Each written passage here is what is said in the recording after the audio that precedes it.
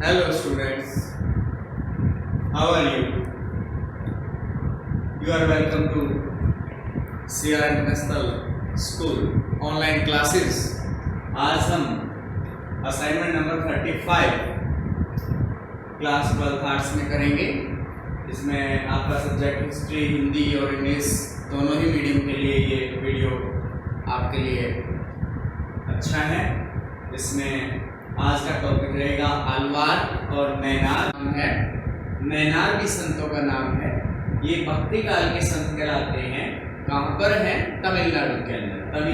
तमिलनाडु से बिलोंग करते हैं अलवार और नैनार संत। उसी समय पर सूफी संतों के द्वारा इस्लाम के कुछ पिलर्स निश्चित किए गए थे, यानी उनके मुख्य स्तंभ निश्चित किए गए थे, जिनमें उन्हें पिलर्स ऑफ इस्लाम कहा गया है, यानी इस्लाम के सिद्धांत। इसको हम प्रिंसिपल ऑफ इस्लाम भी कह सकते हैं। इस्लाम के सिद्धांत, इस्लाम मुस्लिम धर्म को कहा जाता है। अब सबसे पहला टॉपिक आपका है similarities and dissimilarities between Beshara and Bashara. Hindi में बेसरिया और बासरिया में अंतर और उनकी समानताएं बताइए। जैसे कि हम जानते हैं, बेसरिया और बासरिया दोनों ही मुस्लिम संत हुआ करते थे। एक तो ये समानता हो जाती है। दूसरी समानता जो है, ये दोनों ही सूफी संत हुआ करते थे, लेकिन इनकी कार्य पद्धति में और इनके विचारों में, आचारों में और व्यवहारों में काफी कुछ डिफरेंस मिलता है। इसमें हम देखते हैं both were related to Islam. दोनों ही इस्लाम से संबंधित थे। इस्लाम धर्म, जैसे हम समझते हैं कि विश्व में बहुत ज़्यादा देशों तक इसका प्रचार देखा जाता है, खास तौर पर सऊदी अरब, ईरान, इराक, अफगानिस्तान, पाकिस्तान, इन क्षेत्रों के अंदर इसका विस्तार बहुत है। दूसरा सूफी संत, ये दूसरी जो इनकी समानता है वो सूफी संत हैं। ये सूफी संत उन संतों को कहा जाता है जो मुस्लिम संत होते हैं, और जो भक्ति काल के दौरान इन सूफी संतों ने मुस्लिम धर्म के अंदर जो भी कमियां आई उसे दूर करने का प्रयास किया। सूफी संतों में कुछ धार्मिक संत बहुत ही अच्छे हुए हैं, जैसे शेख मोइनुद्दीन चिश्ती, बख्तियार काकी, इनका नाम हम सूफी संतों में विशेष रूप से आदर के साथ लेते हैं। इसके बाद हम इनके असमानताओं पर चलेंगे, डिसिमिलरिटीज पर। बेसरिया में और बासरिया में किन किन मुद्दों पर आपस में डिफरेंस था? Beshara ignored rituals, rules compiled by Quran. Quran के बनाए हुए नियम या हदीस के बनाए हुए नियमों को बेसरिया लोग नहीं मानते थे। बेसरिया साधु संत लोग नहीं मानते थे। वे कुरान के नियमों को नहीं मानते थे। ये अपनी मन मर्जी के मालिक थे। ये बनाए हुए नियमों पर नहीं चलना चाहते थे। इस तरह के लोगों को कलंदर, मदारी, मलंगी और हैदरी, इनको हिंदी में कलंदर, मलंग, मदारी और हैदरी के नाम से जाना जाता है। ये हम किन लोगों के बारे में कह रहे हैं? बेसरिया लोगों के बारे में। बेसरिया लोगों को कलंदर भी कहा जाता है, मलंग कहा जाता है, मदारी और हैदरी। अब इसके बाद ये हमने समानता और असमानताएं देखी। अब हम और भी अपनी तरफ से कुछ समानताएं असमानताएं बना सकते हैं। जैसे बासरिया लोग हैं, पूरी तरह से हदीस, इस्लाम के सिद्धांतों को मानने वाले और नियमों के आधार पर अपना जीवन व्यतीत करने वाले लोग होते हैं। बेसरिया लोग इतनी परवाह नहीं करते कानून के नियमों की, कुरान के नियमों की, हदीस के नियमों की, इस्लाम के नियमों की। बहुत ज़्यादा तन्मयता से वो लोग इसे नहीं अपनाना चाहते हैं, तो ये डिफरेंस हो जाता है उनका। इसके बाद है टॉपिक नंबर आपका सेकेंड, अलवार और नैनार संत। अलवार और नैनार, जैसे कि मैंने अभी बताया था आपके टॉपिक स्टार्ट होने से पहले, अलवार और नैनार संत तमिलनाडु से बिलोंग करते हैं। तमिलनाडु के साधु संत, इन्होंने तमिलनाडु के क्षेत्र में बहुत ही ज़्यादा अपनी भक्ति के प्रचार और प्रसार से समाज के अंदर आई हुई कमियों को दूर करने का प्रयास किया। इसमें अलवार विष्णु भक्तों को कहा जाता है, नैनार शिव भक्तों को कहा जाता है। हम देख सकते हैं worshipper of Vishnu, worshipper of Shiva. तो वर्शिपर ऑफ विष्णु कौन है? अलवार संत कहलाते हैं। शिव भक्त हैं नैनार। अब इनके अंदर बेशक से अपने अपने इष्ट देवताओं की पूजा करते हैं, लेकिन आपस में इनके विचार काफ़ी नेक थे, काफ़ी एक दूसरे को सपोर्ट करते थे। ये तमिलनाडु के अंदर जगह जगह की यात्राएं करते थे। तमिलनाडु के बाहर के क्षेत्रों में भी इनकी यात्राएं रही। जिन भी क्षेत्रों में यात्राएं करते थे वहाँ गीत और भजन गाते हुए जाते थे, और भजन गाते हुए जिस भी क्षेत्र में रुकते थे वहीं एक ऐसा पवित्र स्थान लोगों के द्वारा मान लिया जाता था कि बड़े बड़े मंदिरों का निर्माण इनकी उसी स्थली पर किया गया। इन्होंने लोगों को धार्मिक आडंबरों से बाहर निकालने का प्रयास किया, झूठे दिखावे को रोकने का प्रयास किया, और जो कास्ट सिस्टम है, जाति प्रथा, उसे खत्म करने का प्रयास किया, क्योंकि ये ब्राह्मणवाद के खिलाफ थे। ब्राह्मणों को विशेष जो दर्जा दिया जाता है, विशेष दर्जा दिया जाता है, वो उसके खिलाफ थे। इनका मानना था सभी जातियों के लोग समान और जातिगत आधार पर भेदभाव बर्दाश्त नहीं करना चाहते। अब जिन भी क्षेत्रों में इनके मंदिर बनाए गए, आज तक भी लोग इनको अपना देवता मान करके पूजते हैं। इन दोनों ही संतों को, दोनों ही प्रकार के संतों को आज भी देवता मानकर के पूजा जाता है। बहुत बड़ी आस्था इनके साथ लोगों की जुड़ी हुई है। इसके बाद इन्होंने आलवार संतों ने नल ईरा दिव्य प्रबंधनम नाम से एक बहुत बड़ा महाकाव्य लिखा, इन्होंने इसे तमिल वेद का नाम दिया। तमिल भाषा में इसे लिखा गया। इसको नल ईरा दिव्य प्रबंधनम के नाम से जाना जाता है, और ये तमिल वेद कहलाता है क्योंकि तमिल भाषा में इतना बड़ा कोई महाकाव्य नहीं लिखा गया था। इस महाकाव्य के अंदर ये विशेषता मिलती है, इन्होंने दावा किया है कि जो 4 वेद हैं उसके अलावा ये 5वां वेद उन्हीं के बराबर पवित्र है, उतना ही ये प्रभावशाली है, उतना ही इफेक्टिव है। तो अलवार और नैनार संतों की विचारधारा काफी नेक रही। इन्होंने सामाजिक बुराइयों को दूर करने का प्रयास किया, तमिलनाडु के अंदर लोगों को अवेयर किया। अपने अपने तरीके से इन्होंने लोगों को सच्चे ज्ञान की, भक्ति का सही मार्ग दिखाने की कोशिश की।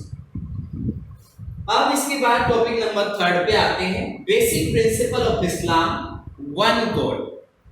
हमारे इस्लाम जो धर्म है, मुस्लिम जो मोहम्मदन रिलीजन है, उसके अंदर वन गॉड पे जोर दिया जाता है, यानी इस संसार में केवल एक ही ईश्वर है, और वो उन्होंने बताया है अल्लाह। अल्लाह की पूजा करने से ही ये भवसागर से हम तर सकते हैं, ऐसा बोलते हैं। अल्लाह के मैसेंजर के तौर पे प्रोफेट मोहम्मद को मानते हैं, पैगंबर मोहम्मद को वो उसका संदेश वाहक मानते हैं, और उसका मतलब ये है कि पैगंबर मोहम्मद अगर मार्गदर्शन नहीं करते तो किसी को भी अल्लाह तक पहुंचने का या उस तक अपनी मुरीद पहुंचाने का, अपनी मांग मनवाने का, अपनी प्रार्थना भेजने का कोई जरिया नहीं मिलता। इसके बाद नमाज, ये बोलते हैं जो सच्चा मुस्लिम है दिन में 5 बार नमाज अदा करे। नमाज अल्लाह को याद कर किया जाता है, और इनका निश्चित एक इसमें तरीका होता है। मक्का और मदीना की तरफ ये अपना मुख करके बैठते हैं, और सुबह, दोपहर, शाम इस तरह से करते हुए 5 बार ये नमाज अदा करते हैं। फास्ट इन रमजान के महीने में ये रोज़ा रखते हैं, उपवास रखते हैं, व्रत रखते हैं। जैसे रमजान का महीना सावन का महीने में होता है। पिलग्रिमेज टू मक्का जो कि हज यात्रा का आयोजन करते हैं, वहाँ जाते हैं। जो पैगंबर मोहम्मद की पवित्र भूमि है, उसके लिए बहुत बड़ी संख्या में हज यात्रा की जाती है। हज यात्रा के बारे में माना जाता है कि जो सच्चा मुस्लिम है वह जीवन में एक बार हज यात्रा जरूर करता है। इसके बाद ज़कात, ये गरीब लोगों को कुछ खैरात बांटी जाती है, कुछ दान दिया जाता है ताकि जीवन के अंदर कुछ सफलता उन्हें मिले।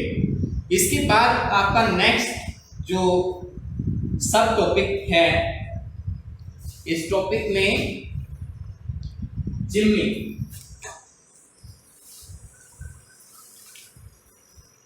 टॉपिक नंबर 4, ये जिम्मी, इसको हम इस तरीके से समझ सकते हैं हम सभी जानते हैं कि बहुत ज्यादा देशों में मुस्लिम शासक हुए हैं, इंडिया में भी मुस्लिम शासक हुए हैं। तो हमें उस मोहम्मदन के शासनकाल के दौरान जो जिम्मियों के साथ को जो जीवन था, पहले उन पे क्या प्रभाव रहा इस मुस्लिम शासकों का, जिम्मी लोग कौन थे, इसके बारे में हम आपको बता रहे हैं। तो जिम्मी लोग वे लोग थे जो गैर मुस्लिम थे। गैर मुस्लिम का मतलब, जैसे गैर मुस्लिमों में कौन लोग आएंगे? हिंदू, ईसाई,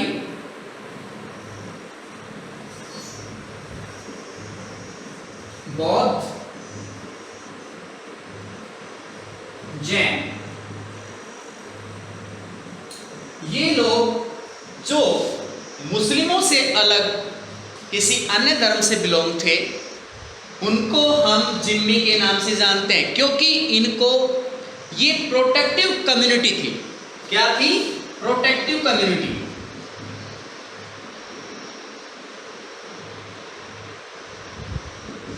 प्रोटेक्टिव कम्युनिटी क्यों कहा गया है इसको? क्योंकि इसको सुरक्षा मिली हुई थी, मुस्लिम शासकों ने इनको सुरक्षा प्रदान की हुई थी, और इनकी सुरक्षा के बदले इनसे कर लिया जाता था, जिसे जजिया कर के नाम से जाना जाता है। जजिया, ये जजिया कर एक प्रसिद्ध मुस्लिम शासक अकबर के शासनकाल में भी ये जजिया कर लगाया गया। उसके बाद में उसने खुद अफसोस जताते हुए, क्योंकि वह सभी धर्मों को बराबर नजरिए से देखने लग गया था, इस वजह से जजिया कर उसने हटा दिया कि सभी धर्मों के लोग समान हैं। तो जिम्मी लोग वे लोग होते हैं जो गैर मुस्लिम होते हैं, जिनको कुछ सुरक्षा की जरूरत होती है, और उनको सुरक्षा देने के बदले उनसे टैक्स लिया जाता है। और ये मुस्लिम शासकों के दौरान, क्योंकि मुस्लिम धर्म का प्रचार प्रसार बहुत तेजी से हो रहा था, लेकिन फिर भी कुछ लोग अपने धर्म को रखना चाहते थे, तो वो लोग जिम्मी कहलाते हैं। इसके अंदर इससे नेक्स्ट जो टॉपिक है वो है आपका मसनवी।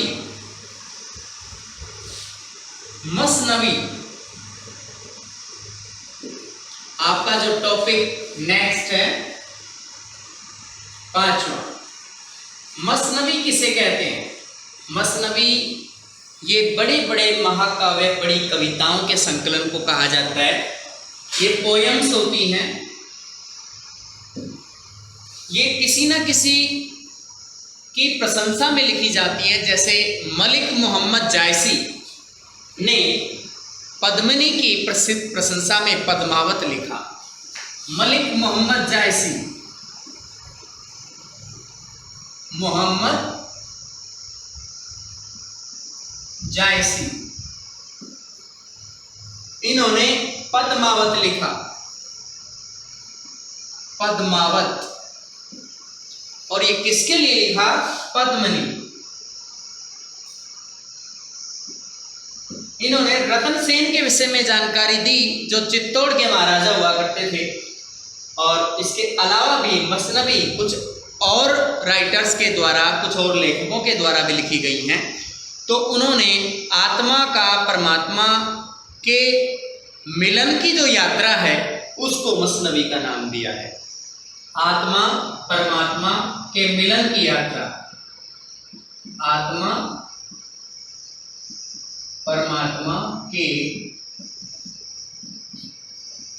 मिलन की यात्रा,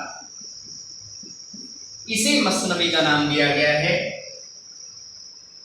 अब आप समझ गए होंगे कि जो मसनवी है ये पोएट्री होती है, पोएम का संकलन होती है। इसमें का एग्जाम्पल दिया गया है मलिक मोहम्मद जायसी का।